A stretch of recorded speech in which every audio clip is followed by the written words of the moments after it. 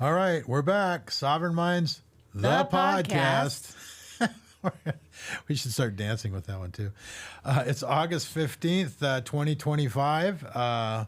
We're down here in the epicenter of freedom at Mountaintop Media once again. It's podcast number 150. Wow, we're up to 150. The title of this is Isn't It Grand? We talked about the grand delusion, the grand conspiracy. But I think we'll just go with it. It's grand, and then you'll kind of figure it out as we go. So the first clip we have is out of the blue. I saw this and I was like, well, this is Hillary Clinton talking about giving Donald Trump a peace prize. What? That'd be fun. I guess when you cut off all the funds and maybe you're thinking about getting indicted, it's time to make a peace. Let's peace offering. Let's nominate him for a peace prize. You can't even make this crap up. And Jessica should be Boris Karloff's daughter, Jessica Karloff, but it's Tarloff, I think. You know who Boris Karloff was, right? No. Frankenstein. Oh, okay. Anyway, I'm down here. We've got Leslie Sawyer standing in for my sister today, sitting in. She's on assignment. She's probably someplace in the Midwest somewhere doing something, maybe having more fun than I am, probably. That's for sure. Okay, so getting started, let's start with this. Here's Hillary. Go ahead, Hillary. If President Trump were the architect of that, I'd nominate him for a Nobel Peace Prize. We are on the precipice of a meeting between President Trump and President Putin in Alaska. Drawing on your experience as Secretary of State, if you were en route to Alaska, what would you be looking to get? What does an acceptable deal look like? He is not meeting with a friend. He is meeting with an adversary, and an adversary who wants to see the destruction of the United States and the Western alliance. But if he could bring about the end to this terrible war where Putin is the aggressor, invading a neighbor country, trying to change the borders, if he could end it without putting Ukraine in a position where it had to concede its territory to the aggressor, had to, in a way, validate Putin's vision of greater Russia, but instead could really stand up to Putin to make it clear there must be a ceasefire, there will be no exchange of territory, and that over a period of time, Putin should be actually withdrawing from the territory he seized in order to demonstrate good faith efforts, let us say, not to threaten European security. Not if President Trump were the on it, architect of that, I'd nominate him for a Nobel Peace Prize. Yeah, no conditions there. She left herself a lot of outs there just in case, Unbelievable. That's what I was going to say is, who is she? She's not the Secretary of State anymore. Why is she the one making the conditions? If he does this. If he's able to put the camel through the eye of the needle and in that process, actually create a diamond out of a piece of coal, at what point in time... And wears an orange shirt. Exactly. On Thursday, and then says something like Jim Carrey. It's like, what? I watched, actually caught that clip on Benny Johnson's show this morning, and he says, this is what happens when you cut off all their funding. Yeah. and you cut the adrenochrome off, is what he said, and she looks like an oven mitt that's burned. A burnt oven mitt. Yeah, she doesn't have her adrenochrome IV going I anymore. guess, I don't know. Let's not go there. So here now. Who you set this up? This is yours. Yeah. So I was scrolling this morning and saw that there's some monks that are wanting to nominate. Tibet? Yeah, that's this. They want to nominate President Trump for a peace prize because he negotiated peace between Thailand and. What was the other country? We've been talking about so many other things, but here, I'll just play it. I just want to point out to the audience that you read Nepalese, or is that what this is? I have no clue. They said there's 17,000 monks from different regions that are here. Here to support the nomination of Trump for a peace prize. Yeah, to support the peace between these two regions. And so, I would tell you who it was, but I can't read Nepalese. right, I think he talks about it here. All right. Flow. Your actions have provided a path toward that goal, and for that, we are profoundly grateful. And we thank you for your leadership and dedication to conflict resolution on the world stage. Today, 70,000 Cambodian Buddhist monks Cambodian and are Thailand. That's who it is. wholeheartedly supportive of our Cambodian Prime Minister Hun Manet to nominate you for the Nobel Peace Prize in recognition of your historic contribution in advancing world peace. Please accept, Mr. President, the renewal assurances of our esteem. From the bottom of our hearts, we deeply thank you and the people of the United States of America for your kindness. May the Buddha bless you all. So 70,000, not 17,000, 70,000 Buddhist monks from both regions. I feel like I'm living in a dream. I mean, our program just had Hillary nominating Trump possibly for a peace prize and 70,000 monks in Cambodia. I mean, what? Is this not the crazy? I mean, has the world gone completely freaking crazy or what? I don't know. I mean, Well, I think it's and great, but we're not allowed to say God bless anything or bring up religion, but may Buddha bless the United States. well, makes you want to go have a Buddha bowl. Yeah.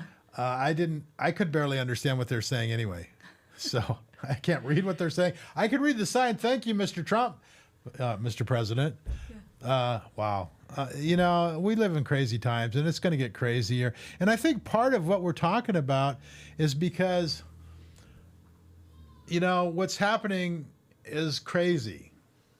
Now we've got this. This is Technofog. This is a Substack article. Came out on the 13th, a few days back, and it talks about they've declassified the 266 pages of FBI documents and so forth, and they're all going through what the leaks that occurred during the Trump administration, including those directed at General Flynn. And so, if you want to go read these, they are included in this Substack. Not saying you're going to read it all or see it all. Oh, come But- on. 266 pages? That's less than a county board agenda. The last two were like 307 pages. Why do I feel small and stupid at this point? I don't know. But there you have it. So if you want to read the whole document, we're getting more and more into this. Different aspects of the leakers. We're seeing more and more. You got Comey, the grand conspiracy. That's the title of our show. And I think that what they're doing right now, and we'll let this is John Solomon. He does Just the News. I caught this on Megyn Kelly's program this morning. I think what they're doing right now is they're setting the stage to go after all of these people, and you be the judge of that. They say that Clinton and these guys never going to go to jail. I guess we'll wait and see, but it seems like that because of the immunity and all this stuff, I think that when you understand that what they're trying to do, if they succeed, might just get rid of all their immunity. Mm-hmm. So let's hear what John Solomon, he says he's very good. He reports the news very well, and he's very in-depth. So go ahead and play it. And the dismissal of any evidence that downplayed their narrative on Putin's trying to help Trump, right? Like they had so much telling them that is bullshit. He actually didn't care who won the election. They worked so hard to dismiss the evidence that helped Trump and to play up the obvious false evidence like Christopher Steele dossier that would impugn Trump. But meanwhile, you've got 3 different FBI agents all driving toward the same conclusion, which is the sitting Secretary of State is corrupt. She is doing pay to play. You can only get access to her as the Secretary of State if you donate to her corrupt Clinton Foundation, and it gets shut down. It's the opposite. It's literally a 180 from what they did to Donald Trump. Yeah, listen, the way you opened your show, there's no better description of what the conspiracy is. It's a conspiracy to protect potential of Democrats from potential criminal prosecution, and then to violate the civil liberties and privacy and reputations of innocent Republicans to create an alternate story to protect political interest, meaning what's going to happen in the election. That's what it is. It's not more complicated than that. I know people say, oh, a conspiracy case is going to be complicated. No, it's really not. We protected Democrats. And the cycle is Hillary has two problems. Email, now corruption. We can prove that was active at the time. Hunter Biden's got corruption in taxes. And by the way, the first evidence of that comes in March through May of 2016. And then 2019, it's Hunter Biden a lot more. And so we impeached the president, and we have the government actually creating stories that I think we will prove were false. And then in 21, they find Joe Biden's classified documents at UPenn office in Washington and his garage, and they got to make Donald Trump look like he's the classified guy first before they can let the cat out of the bag that Joe Biden has the same problem. It's a wash, rinse, and repeat cycle. And in the course of that, two potential crimes are occurring. Obstruction of legitimate investigations. Those are overt acts of a conspiracy. And then the violation of innocent people's civil liberties to create a political ruse. That is where I believe the grand conspiracy case is headed. I believe that there are multiple grand juries that have begun work around this country in multiple jurisdictions outside of Washington where evidence is now being gathered. You do? You I do. Can report that, or you have reason to believe that? Nope, I have confirmed witnesses and who've had contact with the grand jury. So there are grand jurors in multiple locations. Some of those are in Virginia. I believe one is going to begin based on early discussions in Pennsylvania. There may be one in New York. And so the activity has begun.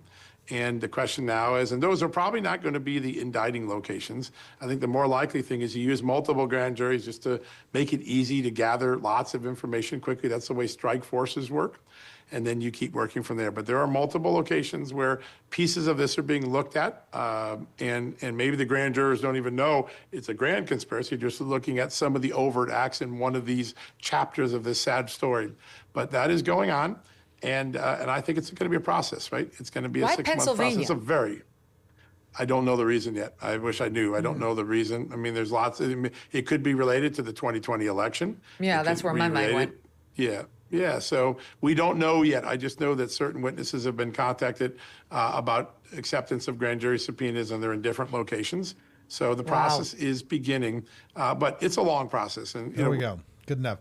So when we talk about a grand conspiracy, that's not just a conspiracy. So he's kind of laying it out for you. He's laying it out. So you've got this piece of the puzzle. You know, you got Hillary over here avoiding prosecution by the emails in conjunction with the FBI getting ready and not prosecuting and going after her. And then you got the Hunter Biden, and then you got the classified documents. And when you put those all together, and that's a coordinated effort across the board on across the agencies. And they're all protecting Democrats while suppressing evidence against the sitting president and a candidate. Right. I think that is the definition of a grand conspiracy, which gives a little more legal. I think what it does is, and let's read this. A grand conspiracy refers to a large-scale secretive plan or scheme orchestrated by a group of powerful individuals, organizations, or entities to achieve a hidden objective. Often manipulation, deception, control over significant events, institutions, populations. Does it sound anything like what's been going on? Right. These conspiracies are typically characterized by complexity, far-reaching impact, and the belief that they operate behind the scenes, concealed from public knowledge. Examples often cited in popular culture include theories about global cabals, controlling the government. We get to the fifth generation warfare. Right. Economies and major historical events. The term is often associated with conspiracy theories, which may lack verifiable evidence and rely on speculation. I don't think they're relying on speculation on any of this stuff, okay? While conspiracies have been proven true historically, Watergate grand conspiracies are often dismissed as unfounded due to their scale and difficulty in maintaining secrecy. Still, they persist. It's almost like they're trying to talk you out of it. This is AI, this is Grok. Almost like trying to talk you out of it. Right. You know, but let's go ahead and hit, does this negate immunity? Let's see if we get the right stuff coming up. Well, you got biological immunity, environmental immunity. See, legal immunity, interesting.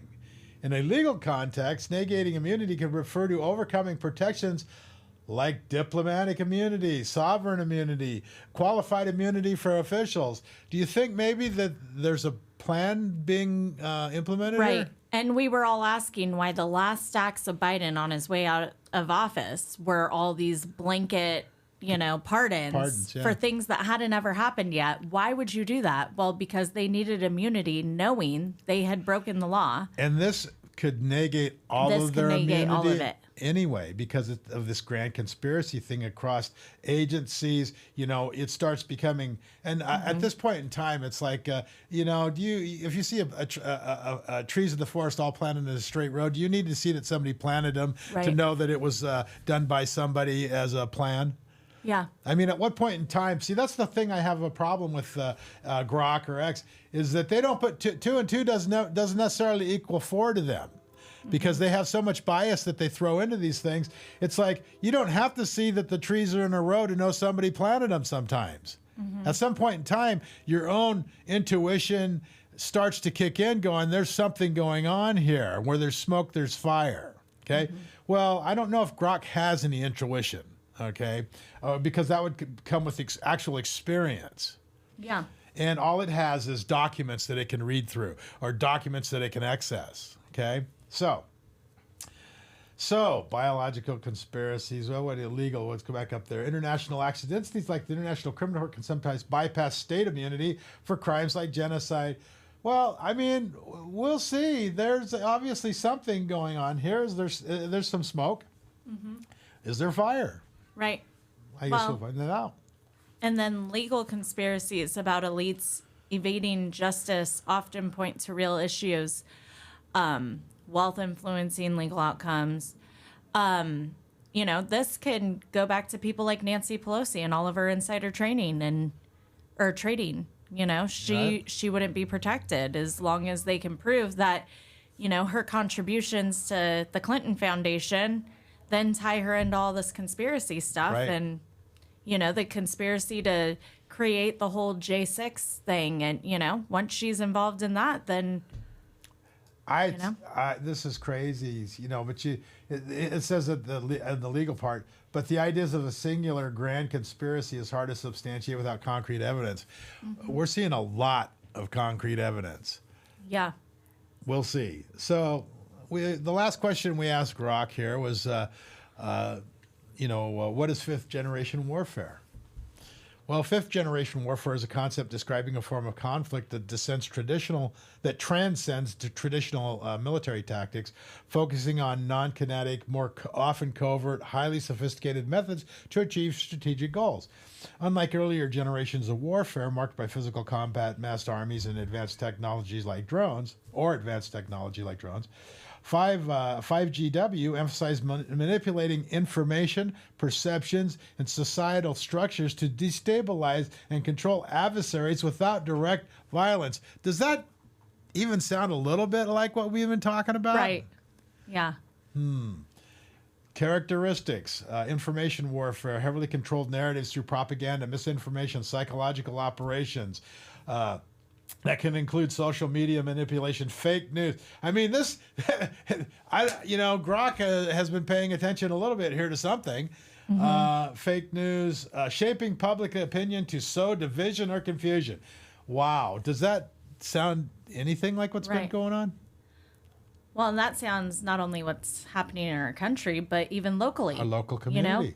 People talk about psyops and things happening, and you've got, good things happening across the board, and all of a sudden there's chaos and detriment and division over nothing.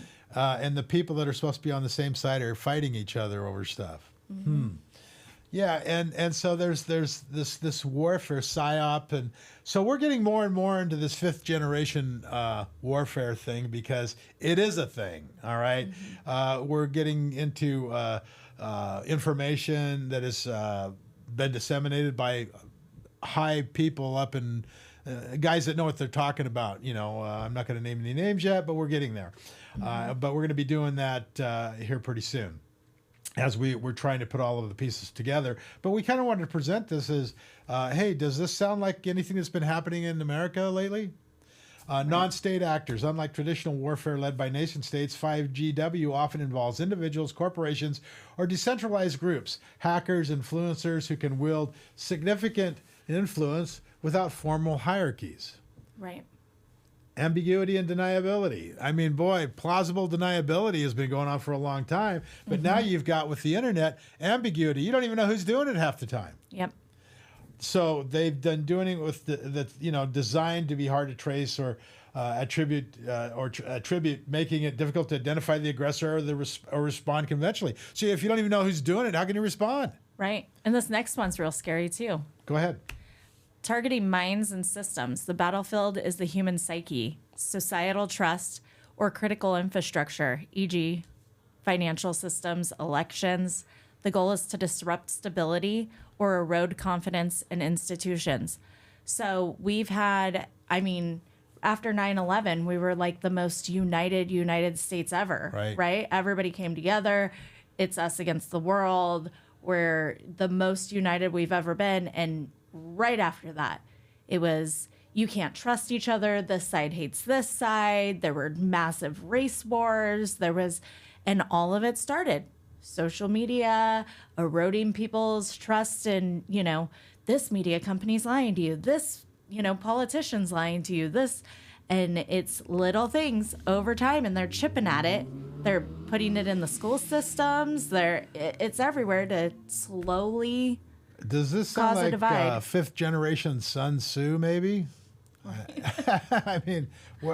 China, I don't know, maybe. We already just found out that they have now got evidence that they actually were using software to produce ballots and influence the elections in the 2020 election as well. So, at some point in time, and that was Sun Tzu's whole game, was you didn't have to fight a battle. Right. His whole game was that when you won, you walked right into the city that you conquered through all this disinformation, and they just opened the gates for you. Right. That's what this is, I think, about. Asymmetric and subtle. 5GW avoids overt military confrontations using subtle tactics like cyber attacks, cultural subdivision, economic manipulation to achieve outside effects with minimal resources. It's kind of like I was watching Jan Michaels.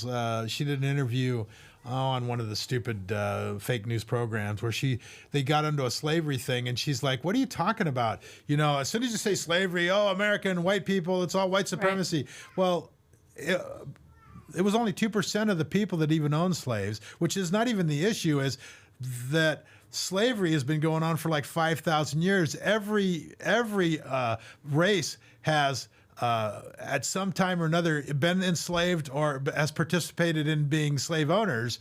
So at what point in time does it become not a race issue, but a moral issue? Because you look at this thing and it's like the disinformation, the point is the disinformation that was coming out of that program is that it created division no matter what.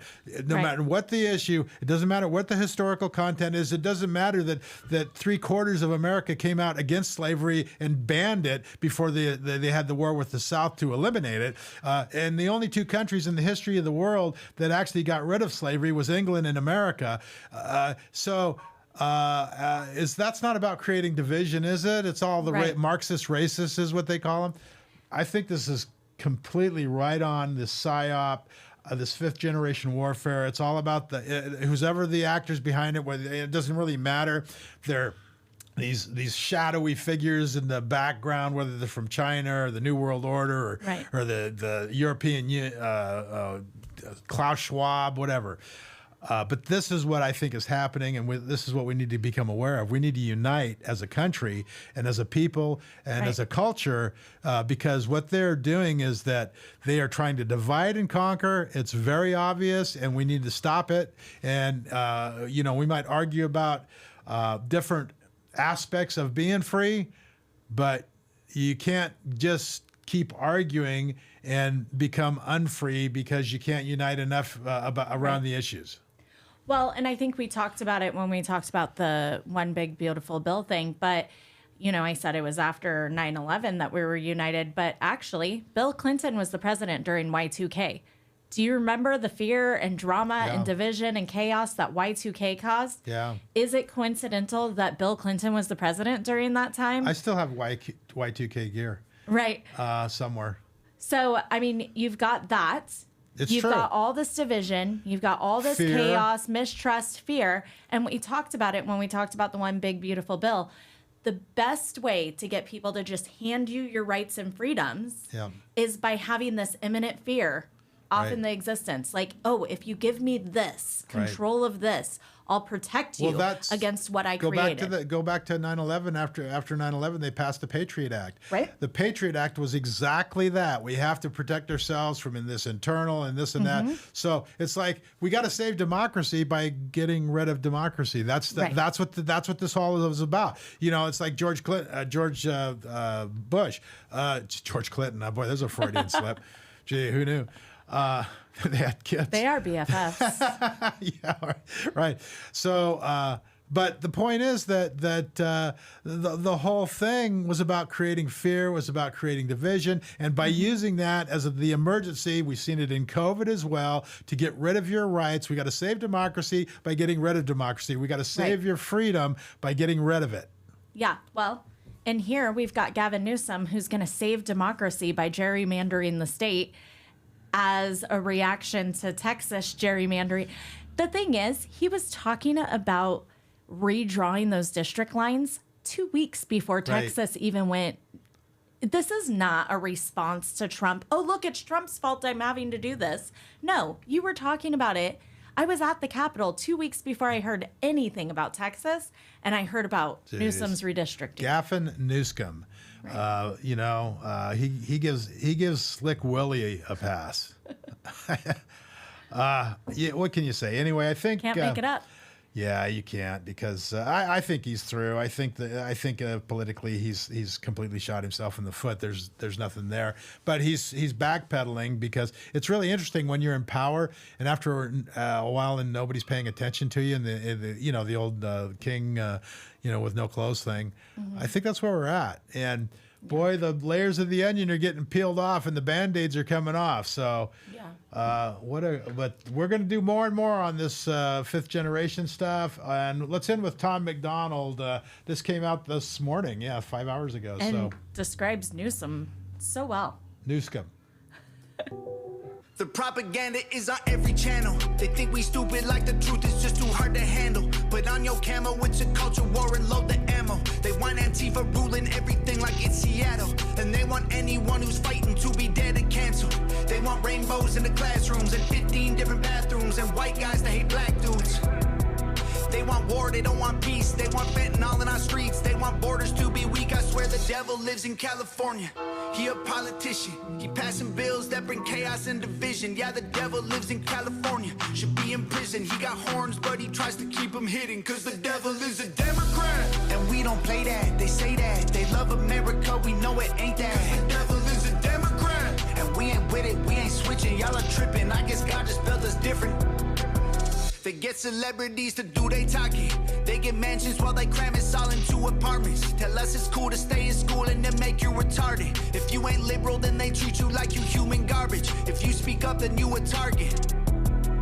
They want their voice through an amplifier. Violence and our flag on fire. No voter ID required.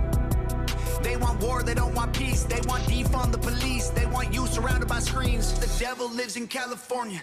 He a politician. He passing bills that bring chaos and division. Yeah, the devil lives in California. Should be in prison. He got horns, but he tries to keep them hidden. Cause the devil is a Democrat. And we don't play that. They say that. They love America. We know it ain't that. Cause the devil is a Democrat. And we ain't with it. We ain't switching. Y'all are tripping. I guess God just built us different. Dog, the devil is a Democrat.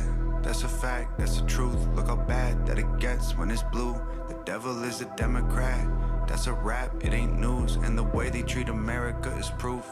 I swear the devil lives in California, $100 bills. He knows everyone in Hollywood and parties in the hills. Give you everything you ever wanted, plus a couple mil for your soul and your vote. It's a deal. Cause the devil is a Democrat. And we don't don't play that. They say that they love America, we know it ain't that. 'Cause the devil is a Democrat, and we ain't with it, we ain't switching. Y'all are tripping. I guess God just built us different, dog. The devil is a Democrat, and we don't play that. They say that they love America, we know it ain't that. 'Cause the devil is a Democrat, and we ain't with it, we ain't switching. Y'all are tripping. I guess God just built us different, dog. The devil is a Democrat. Wow, you know, it's the first time I listened to the whole thing through. The guy's actually pretty brilliant. You know, I mean, geez, spot on or what? So I don't know. I guess that's it for today's show. Thanks, Leslie, for coming in and helping out. Thanks for having me. Yeah, it's always good. And we'll expect my sister back next week. And hey, government is not reason, it is not eloquence, it is force, and force like fire is a dangerous servant and a fearful master. And we'll see you on the flip.